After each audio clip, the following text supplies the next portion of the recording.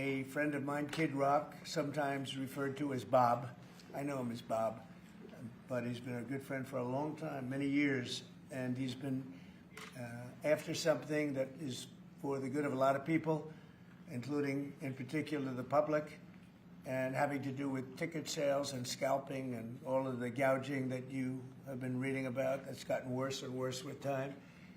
And I didn't know too much about it, but I checked it out, and it is a big problem. And I thought, I think you've been trying to get this done for 20 years or something. He said Trump got it done in 2 weeks.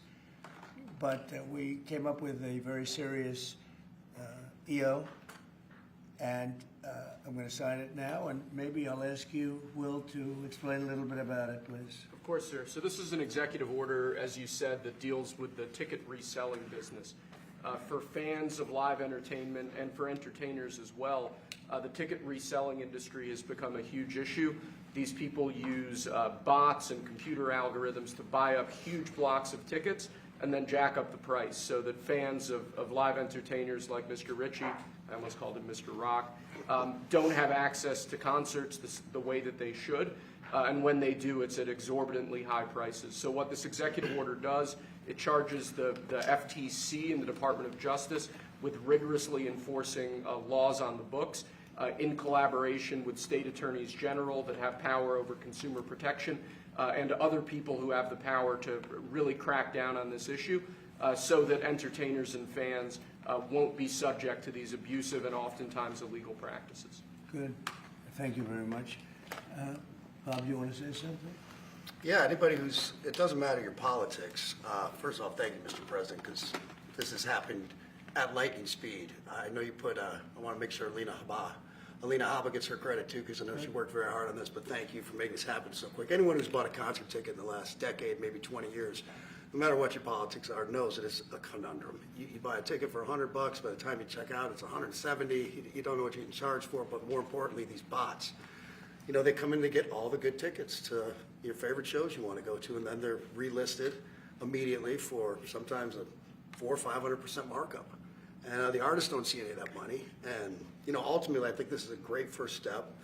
I would love down the road if there would be some legislation that we could actually put a cap on the resale of tickets. And I'm a capitalist and a deregulation guy, but they've tried this in some places in Europe, and it seems to be the only thing that's us as artists be able to get the tickets into the hands of the fans at the prices we set. I'll be the first one to say, and I know the president doesn't like when I say this, but I'm a little overpaid right now. It's kind of ridiculous. I would rather be, you know, a hero to working class people and have them be able to come attend my shows and give them a fair ticket price. I can't control that right now, so hopefully this is a step to really be able to make that happen. I know a lot of artists and a lot of fans who love concerts and music are going to be very appreciative of you taking this. And I think Bob is more interested in the fans and the people that are having to pay crazy prices than he is the artist. Maybe the artist a little bit, but the fans a lot. I've spoken to him over the years about it, and it's been, it bothers him. It bothers a lot of other artists too. You see the artists, and they go out with a $100 ticket and it sells for $2,000 the following night.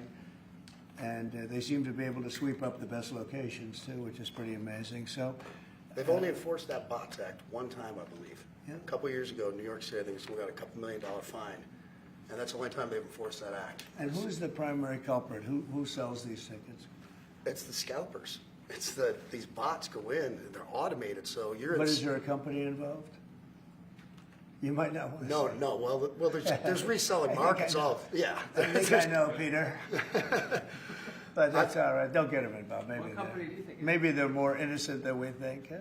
Well, if you think of it, like if Ticketmaster sells a ticket, if you buy a ticket and go to a show, you're in a lot of ways their worst customer. Because they make another 17 whatever percentage every time that ticket resells. So they don't want to enforce the Bots Act necessarily because they're making more money off it. The artists don't see any of that money, but that's not what I'm advocating for. Is for me to make more money.